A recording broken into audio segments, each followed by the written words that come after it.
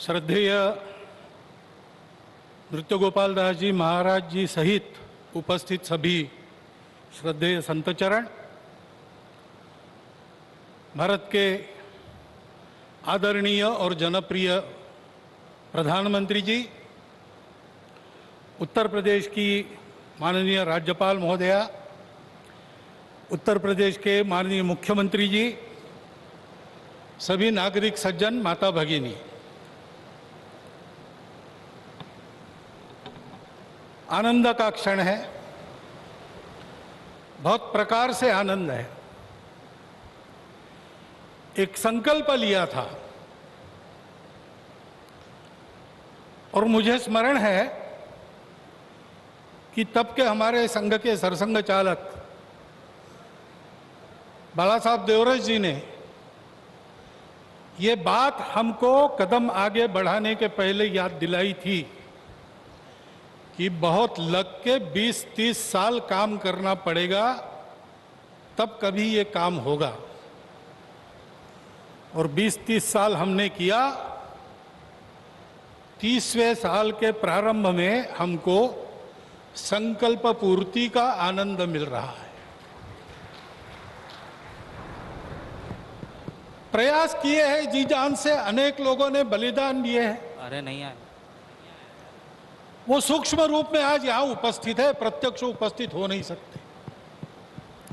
ऐसे भी है जो है लेकिन यहां आ नहीं सकते। रथ यात्रा का नेतृत्व करने वाले अडवाणी जी आज अपने घर में बैठकर इस कार्यक्रम को देख रहे होंगे। कितने ही लोग हैं कि जो आ भी सकते हैं लेकिन बुलाए नहीं जा सकते, परिस्थिति ऐसी है। लेकिन वो भी अपनी अपनी जगह, पूरे देश में देख रहा हूं आनंद की लहर है। सदियों की आस पूरी होने की आनंद है। लेकिन सबसे बड़ा आनंद है भारत को आत्मनिर्भर बनाने के लिए जिस आत्मविश्वास की आवश्यकता थी और जिस आत्मभान की आवश्यकता थी, उसका सगुण साकार अधिष्ठान बनने का शुभारंभ आज हो रहा है।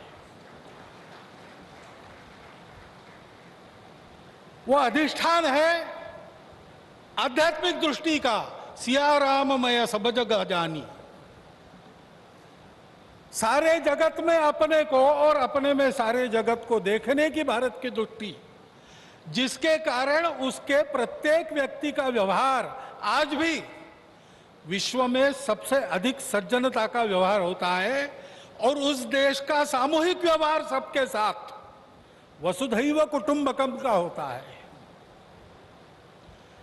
ऐसा स्वभाव और ऐसी अपने कर्तव्य का निर्वाह व्यावहारिक जगत की माया के दुविधा में से रास्ते निकालते हुए जितना हो सके सबको साथ लेकर आगे चलने का जो विधि एक बनती है, उसका अधिष्ठान आज यहां पर बन रहा है। परम वैभव संपन्न और सबका कल्याण करने वाला भारत, उसके निर्माण का शुभारंभ आज ऐसे निर्माण का व्यवस्थागत नेतृत्व जिनके हाथ से है, उनके हाथ से हो रहा है। ये और एक आनंद है। और इसलिए उन सब का स्मरण होता है। लगता है अशोक जी यहां रहते तो कितना अच्छा होता। महंत परमहंस रामचंद्र दास जी अगर आज हो सकते तो कितना। लेकिन जो इच्छा उसकी है वैसे होता है। लेकिन मेरा विश्वास है कि जो है वो मन से और जो नहीं है वो सूक्ष्म रूप से आज यहां उस आनंद को उठा रहे हैं, उस आनंद को शतगुणित भी कर रहे हैं। लेकिन इस आनंद में एक स्फुरण है, एक उत्साह है। हम कर सकते हैं, हमको करना है, वही करना है। एतद्देश प्रसूतस्य सकाशादग्र जन्मनात् स्वम स्वम चरित्रम शिक्षेरन पृथिव्याम सर्वमानव। जीवन जीने की शिक्षा देनी है। अभी ये कोरोना का दौर चल रहा है, सारा विश्व अंतर्मुख हो गया है। विचार कर रहा है कहाँ गलती हुई, कैसे रास्ता निकले। दो रास्तों को देख लिया, तीसरा रास्ता कोई है क्या? है, हमारे पास है, हम दे सकते हैं, देने का काम हमको करना है। उसकी तैयारी करने के संकल्प का भी आज दिवस है। उसके लिए आवश्यक तो पुरुषार्थ हमने किया है। प्रभु श्री राम के चरित्र से आज तक देखेंगे तो सारा पुरुषार्थ, पराक्रम, वीरवृत्ति हमारे रग रग में है। उसको हमने खोया नहीं है, वो हमारे पास है। हम शुरू करें, हो जाएगा। इस प्रकार का विश्वास, इस प्रकार का स्फुरण, प्रेरणा आज हमको इस दिन से मिलती है, सारे भारतवासियों को मिलती है। कोई भी अपवाद नहीं, क्योंकि सब राम के हैं और सब में राम। और इसलिए यहां अब मंदिर बनेगा, भव्य मंदिर बनेगा। सारी प्रक्रिया शुरू हो गई, दाई तो बांटे गए हैं, जिनका जो काम है वो करेंगे। उस समय हम सब लोगों को क्या काम रहेगा? हम सब लोगों को अपने मन की अयोध्या को सजाना संवारना है। इस भव्य कार्य के लिए प्रभु श्री राम जिस धर्म के विग्रह माने जाते हैं, वह जोड़ने वाला, धारण करने वाला, ऊपर उठाने वाला, सबकी उन्नति करने वाला धर्म, सबको अपना मानने वाला धर्म,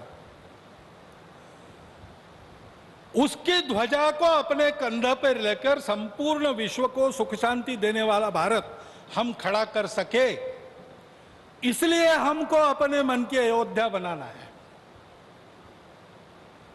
यहां पर जैसे जैसे मंदिर बनेगा वो अयोध्या भी बनती चली जानी चाहिए।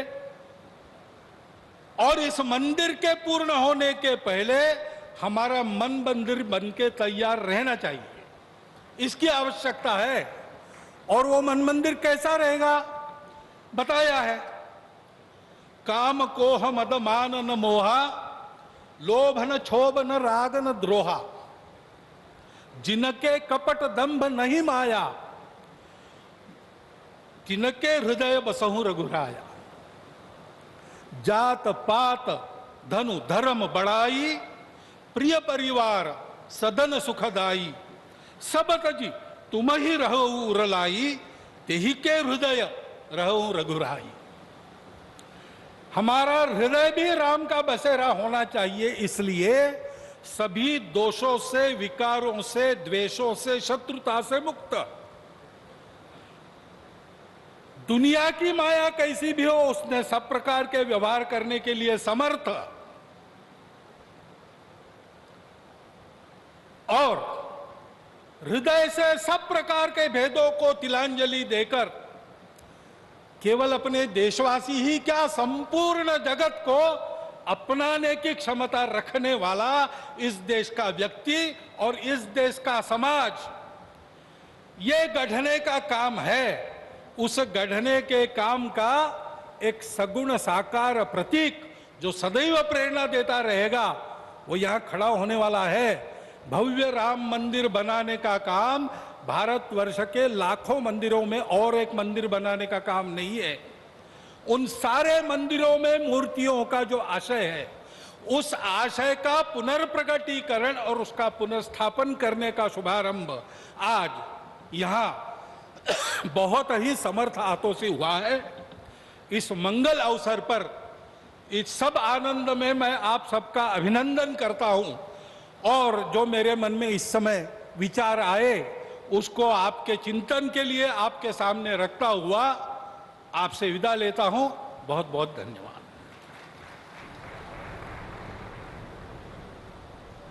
श्री राम जन्मभूमि तीर्थ क्षेत्र के माननीय अध्यक्ष मणिराम दास छावनी के परमाध्यक्ष पूज्य महंत नृत्य गोपाल दास जी महाराज से निवेदन करता हूं अपना आशीर्वचन प्रदान करें।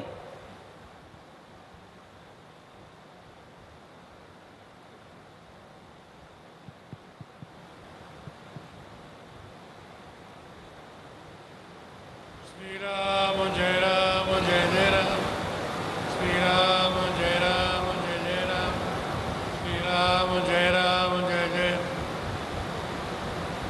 मंच पर विराजमान सभी श्रद्धालु प्रेमी श्रद्धे महानुभाव, सन्मुख दर्शन दे रहे सभी राम भक्त महानुभाव, संतजन, प्रेमीजन, भक्तजन, बड़े हर्ष का विषय है। अब समय आ गया है। बहुत दिनों से हमसे पूछते रहे, राम जन्मभूमि से जुड़े होने के नाते पूछते रहे, मंदिर कब बनेगा, कब बनेगा। बार बार हमारे सामने यही प्रश्न आता रहा। अब हमने कहना शुरू कर दिया, एक और मोदी, एक और योगी, अब नहीं बनेगा तो कब बनेगा। वास्तव में ये बड़ा सुहावना समय आ गया है और करोड़ों करोड़ों हिंदू राम भक्तों की अभिलाषा, मनोरथ, इच्छा है शीघ्र रामलला जहाँ विराजमान है वहाँ दिव्य भव्य मंदिर का निर्माण होना चाहिए। इसके लिए तन मन धन अर्पण करने के लिए सभी तैयार हैं। मंदिर का निर्माण कार्य का शुभारंभ हो गया है। निश्चित ही आप समझें, दिव्यता और भव्यता के साथ शीघ्र ही मंदिर का निर्माण होगा। समस्त भक्तों की कामनाओं की पूर्ति होगी। मंदिर का निर्माण समय पर प्रारंभ हो गया है। अब भारतीय जनता साधु संत महात्माओं की इच्छा की पूर्ति के लिए दिव्यता भव्यता के साथ मंदिर का निर्माण प्रारंभ हो जाना चाहिए। यही जनता की इच्छा है, यही भक्तों की बात है। वास्तव में यह अभिलाषा भारत में रह रहे, विश्व में रह रहे हिंदू बात की ये अभिलाषा है, उनकी भावना है कि हम अपने आँखों से शीघ्र दिव्य भव्य